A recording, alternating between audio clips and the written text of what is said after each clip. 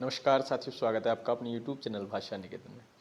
साथियों, हम बात करेंगे हिंदी वर्णमाला से संबंधित जो वस्तुनिष्ठ प्रश्न हैं उन पर साथियों आज हम चर्चा करेंगे। और इस तरीके से वस्तुनिष्ठ प्रश्नों में हम लगभग 40 प्रश्नों को आज हल करेंगे। और ये जो प्रश्नोत्तरी है साथियों, ये हमारे जो TGT PGT का एग्ज़ाम है उन सब के लिए बहुत ही महत्वपूर्ण साबित होगा। तो उसके अलावा आप KBS या सुपर टेट टेट इत्यादि के परीक्षाओं के लिए भी आप इसको देख सकते हैं। तो चलिएगा हम लोग वीडियो शुरू करेंगे। और वीडियो शुरू करने से पहले चाहेंगे कि आप हमारे चैनल पर नए हैं तो प्लीज़ चैनल को सब्सक्राइब करें और वीडियो को अंत तक ज़रूर देखें। देखिएगा, आज का हमारा पहला प्रश्न है, भाषा की सबसे छोटी इकाई क्या है? शब्द, व्यंजन, स्वर या वर्ण? बताइएगा, भाषा की सबसे छोटी इकाई इनमें से क्या हो जाती है? तो याद रखिएगा, देखिएगा, सबसे छोटी इकाई जो होती है वर्ण होती है। क्या होती है? वर्ण होती है। और अगर कहें कि वर्ण और ध्वनि में क्या अंतर है, तो साथियों वर्ण एक लिखित इकाई के रूप में है और ध्वनि एक मौखिक इकाई के रूप में है। ध्वनि वर्ण से भी छोटी इसलिए है क्योंकि वो मौखिक है ना। तो इस तरीके से आप याद रखेंगे, यहाँ ध्वनि होती तो ध्वनि को आप पहले रखेंगे, उसके बाद वर्ण, उसके बाद आपका कोई भी व्यंजन या स्वर। स्वर और व्यंजन ये सभी वर्ण के मतलब रूप हैं। और शब्द जो है वो आपके वर्णों का एक सार्थक समूह है। अगला देखते हैं, वर्णमाला कहते हैं शब्द समूह को, वर्णों के संकलन को, शब्द गणना को या वर्णों के व्यवस्थित समूह को।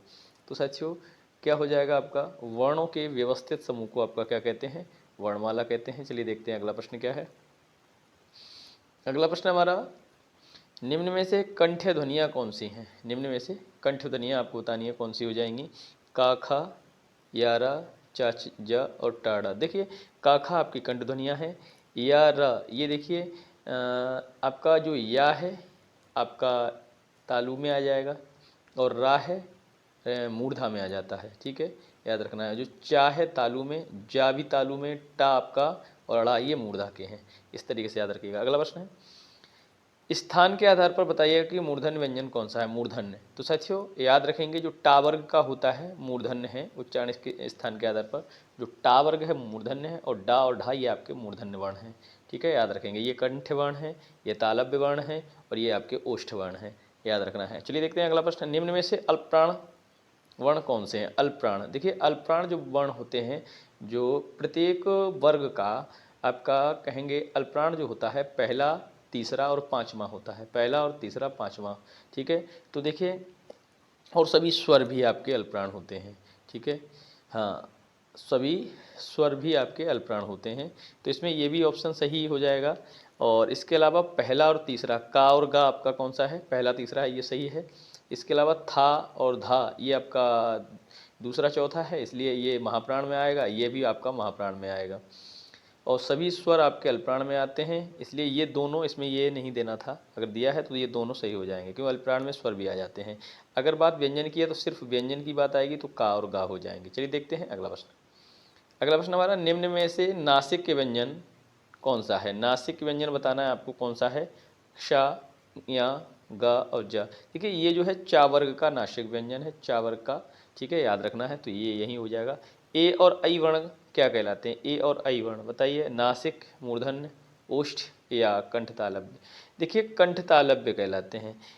कंठ और तालव्य, देखिए जो ए है वो योग होता है आ और ई का। आ और ई का, आ जो स्वर है वो कंठ है और ई तालव्य है। आ और ई मिलकर कंठ तालव्य हो गया, ऐसे याद रखना है आपको। अगला देखते हैं, हिंदी वर्णमाला में अयोगवा वर्ण कौन कौन से हैं? हिंदी वर्णमाला में अयोगवा वर्ण बताने कौन कौन से हैं? आ और आ, ई और ई, उ और उ, अंग, अया, अह। बताइएगा हिंदी वर्णमाला में अयोगवा वर्ण कौन कौन से हैं? तो साथियों हिंदी वर्णमाला में इनमें से अगर हम कहेंगे तो अंग और अह, इसको हम जैसे कहेंगे अनुस्वार और विसर्ग, ये आपके क्या है? अयोगवा वर्ण है। चलिए देखते हैं अगला प्रश्न हमारा क्या है। अगला प्रश्न साथियों की, हिंदी वर्णमाला में अयोगवा वर्ण कौन से हो गया है? अगला है, निम्न में से बताइए किस शब्द में द्वितीय व्यंजन है? देखिए द्वितीय व्यंजन का मतलब क्या होता है?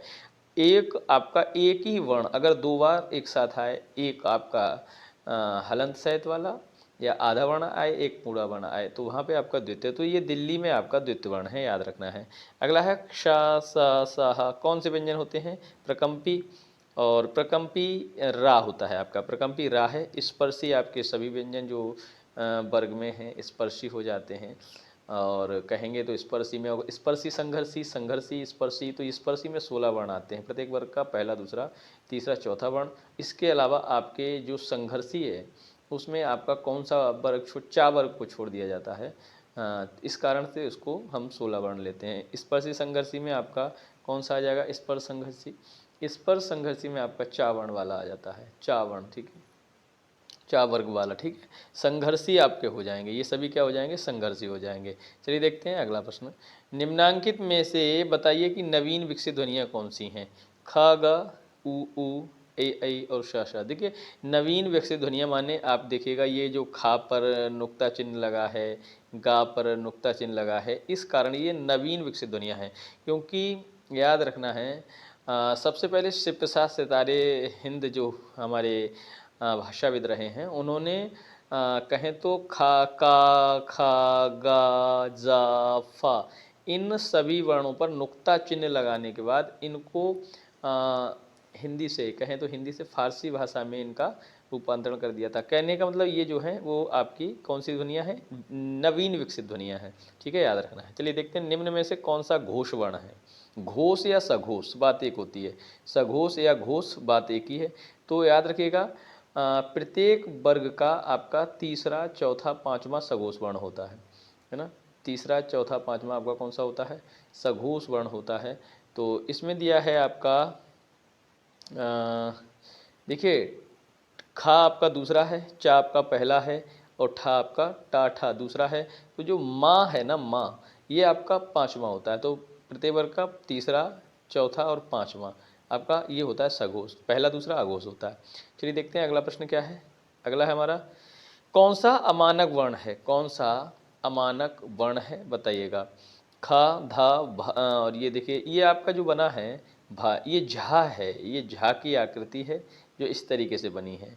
तो ये अमानक वर्णों में आता है क्योंकि झा अब इस तरीके से बनता है, ठीक है, ये आपका अमानक वर्ण है, याद रखना है। चलिए देखते हैं अगला वर्ण, अगला प्रश्न क्या है।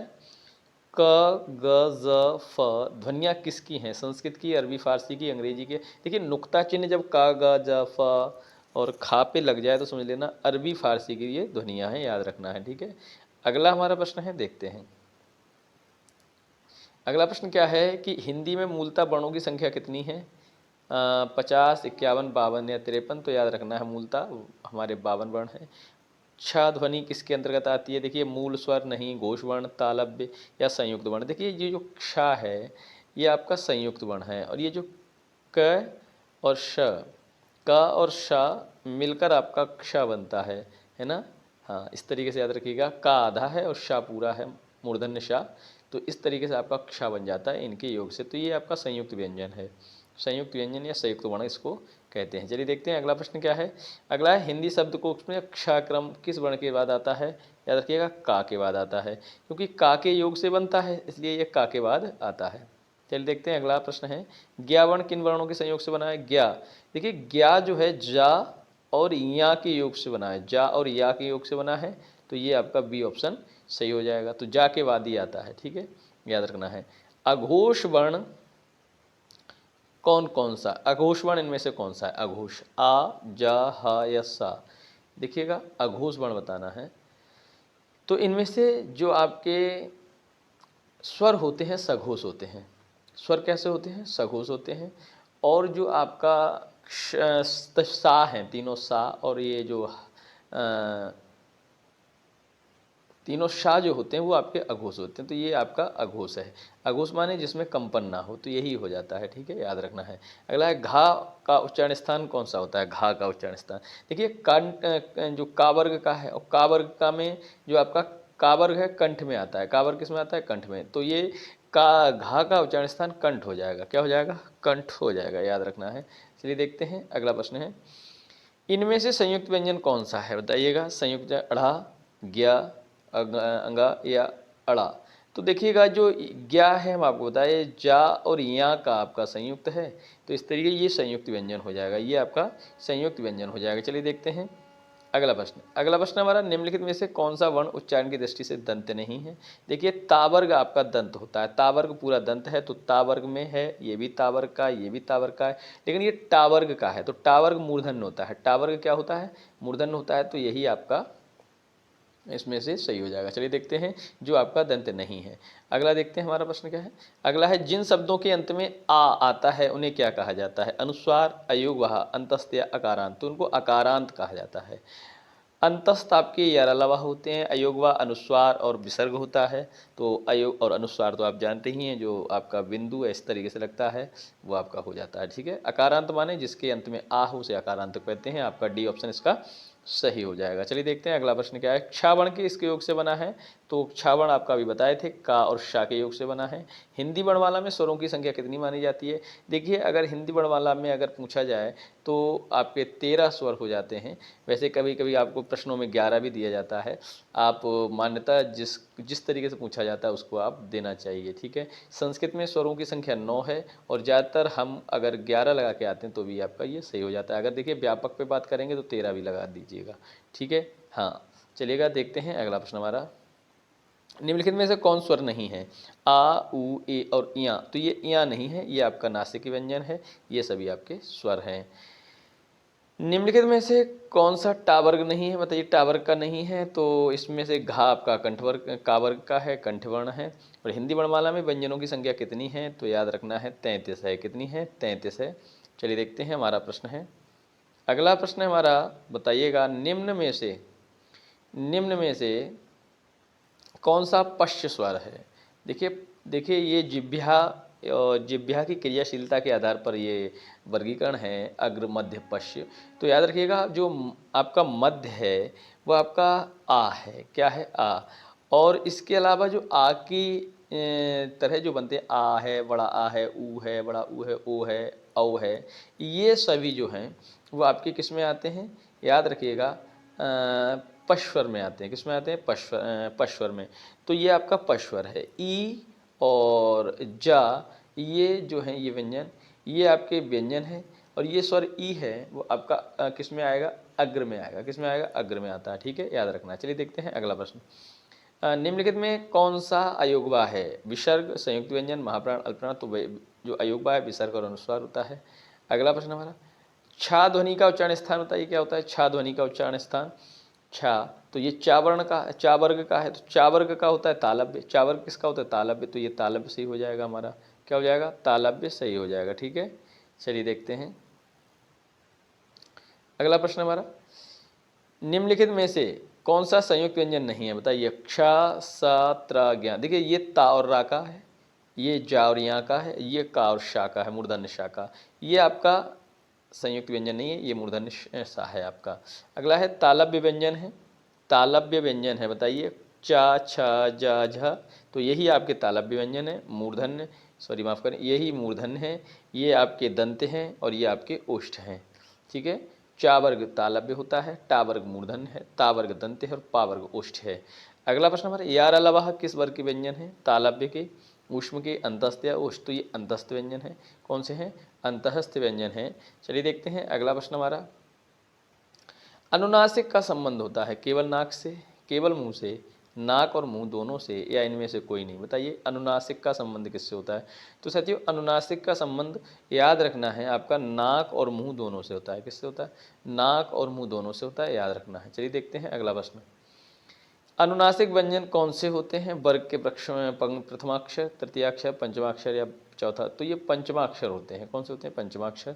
हिंदी वर्णमाला में स्वरों की संख्या कितनी मानी जाती है, 11 मानी जाती है। देखिए यहाँ पर 11 दे दी है, वहाँ 13 दे दी थी, तो ज़्यादातर 11 आप याद रखना है आपको। कंठ्योष्ठ ध्वनि का उच्चारण स्थान, देखिए अगर 13 भी देता है तो आप 13 लगा के आइएगा। 11 13 देता है तो 13, और 13 नहीं देता है तो 11। ठीक है, इस तरीके से आप स्वरों की संख्या लगाइएगा, कन्फ्यूजन ना रखिए। कंठ्योष्ठ ध्वनि का उदाहरण बताइएगा। कंठ्योष्ठ, कंठ और ओष्ठ, जिसमें कंठ और ओष्ठ दोनों हो। देखिए जिसमें आ हो और ऊ हो, आ हो और ऊ हो, तो इस तरीके कंठ्योष्ठ हो जाएगा। ठीक है, अब वो इसमें दिया है ध्वनि का उदाहरण बताइए, तो ये ता कंठोष्ठ नहीं है, तालव्य है। का कंठ है। ए जो है आपका याद रखना है, आपका ए जो है कंठ तालु है। ए क्या है? कंठ तालु, क्योंकि आ और ई मिलकर, तो ये औ है ना, रा कर दिया है, या रा नहीं होगा, औ हो जाएगा, और में औ, तो ये औ जो है कंठोष्ठ है, याद रखना है। आ और उ मिलकर बन गया ओ, तो ओ या औ कंठोष्ठ होगा। चलिए देखते हैं अगला प्रश्न। भाषा निर्माण की इकाइयों की सही अनुक्रम बताइए। शब्द, ध्वनि, वाक्य पद। शब्द, वाक्य, ध्वनि, पद। देखिए इसमें ध्वनि, फिर शब्द, फिर पद, फिर वाक्य, ये आपकी सही है। ठीक है, ये बिल्कुल सही है। चलिए देखते हैं अगला प्रश्न हमारा। अगला प्रश्न है, निम्नांकित में जो उच्चारण स्थान के आधार पर कंठ से लेकर मुख विवर में उच्चरित व्यवस्थित उच्चरित व्यंजन ध्वनियों की सही अनुक्रम बताना है। मतलब जो भी है आपका, देखिए सबसे पहले यहाँ से याद रखिए। देखिए मैं एक चित्र यहाँ बनाता हूँ इस तरीके से, ठीक है। ये आप मान लीजिए हम लोगों का चेहरा है, इस तरीके से समझ लीजिए। देखिए यहाँ हमारा होता है हृदय, ये कंठ है, तो सबसे पहले कंठ हो गया। कंठ के बाद यहाँ पर देखिए एक इस तरीके से आपका काकल्य लटका होता है, या जिसको हम काकल्य कहते हैं, और यहाँ से आपका तालु शुरू होता है। कहाँ से? काकल्य से जुड़ा हुआ तालु होता है, और तालु के बाद तालु तालव्य हो गया, फिर तालव्य हो जाएगा। उसके बाद तालव्य से जुड़ा जुड़ा आपका मूर्धा, मूर्धा को मसूड़ा कहते हैं, मूर्धा होता है, मूर्धा से दंत जुड़ते हैं। तो तालव्य के बाद आप क्या ले लेंगे? मूर्धा, और मूर्धा के बाद क्या ले लेंगे? दंत, मूर्धा के बाद क्या ले लेंगे? दंत, और दंत के बाद क्या ले लेंगे? ओष्ठ, दंत के बाद ही तो ओष्ठ आएगा। तो इस तरीके से आप कह सकते हैं। तो सबसे पहले कंठ होगा, तो कंठ, फिर तालव्य, फिर वर्त्स। वर्त्स जहाँ पर अगर हम कहेंगे, जहाँ मसूड़ा और दंत जहाँ मिलते हैं उसको हम वर्त्स कहते हैं, मसूड़ा और दंत, तो वर्त्स हो जाएगा जिसको मसूड़ा और दंत कहेंगे। उसके बाद दंत आता है, उसके बाद ओष्ठ आता है। तो आपका ए ही ऑप्शन सही है। ठीक है, अनुक्रम कौन सा सही है, मैंने इसको यहाँ समझाने की कोशिश की है। तो मसूड़ा जिसको हम कहेंगे, मसूड़ा और दांत जो जहाँ मिलते हैं उस स्थान को हम वर्त्स कहते हैं। ठीक है, तो दंत और ओष्ठ, इस तरीके से आपका ए ऑप्शन सही है। चलिए देखते हैं अगला प्रश्न, और आखिरी प्रश्न हमारा। देखिएगा, प्रश्न के आधार पर ला किस प्रकार की ध्वनि है। देखिए ला आपकी पार्श्विक है। ला जो वर्ण है आपका कौन सा है? पार्श्विक वर्ण है। देखिए ला को जब उच्चारित करेंगे तो जो हमारा दांत के इधर और इधर जो जगह खाली रहती है, उधर से हमारे मुख की बोलते समय जो वायु होती है बाहर हो जाती है, इससे हम उसको पार्श्विक, किनारा, पार्श्विक माने किनारे से वायु बाहर होती है, तो इसलिए हम उसको पार्श्विक कहते हैं। प्रकंपित आपका रा है। उत्क्षिप्त आपके अड़ा माने डा, और जो ढा होता है उसके नीचे जो आपका उत्क्षिप्त चिन्ह लगा जाता है, इसको ये कह देते हैं। संघर्षहीन, देखिए संघर्षहीन कौन से वर्ण होते हैं? जो आपके संघर्षहीन होते हैं, या और वा, कौन से होते हैं? या और वा, ये आपके संघर्षहीन होते हैं। इन्हीं को अर्धस्वर कहते हैं, इन्हीं को हम अर्धस्वर कहते हैं, याद रखना है। चलिए साथियों, ये हमारे हो गए आज के प्रश्नों में। वर्णमाला से संबंधित हमारे कितने, हमारे 41 प्रश्न थे। आपने कितने सही किए हैं कमेंट सेक्शन में बताइएगा। सेशन कैसा रहा व्याकरण का, टीजीटी, पीजीटी और अन्य सभी परीक्षाओं के लिए, आप ये भी कमेंट सेक्शन में बताइएगा। अगर आप लोगों का, अगर हम कहें आउटपुट मिलता है, आप लोग सराहते हैं इस वीडियो को, तो आगे हम व्याकरण की वीडियो अब तक प्रश्नोत्तरी की ही व्याकरण की वीडियो अब तक साझा करते चलेंगे, जो व्याख्यात्मक भी होंगी, आपको समझाते भी चलेंगे। तो चलिएगा, वीडियो कैसा लगा ज़रूर बताइएगा। चैनल पर नए हैं तो प्लीज़ सब्सक्राइब कर लें। तो फिर मिलेंगे अगली वीडियो के साथ, तब तक के लिए नमस्कार, धन्यवाद।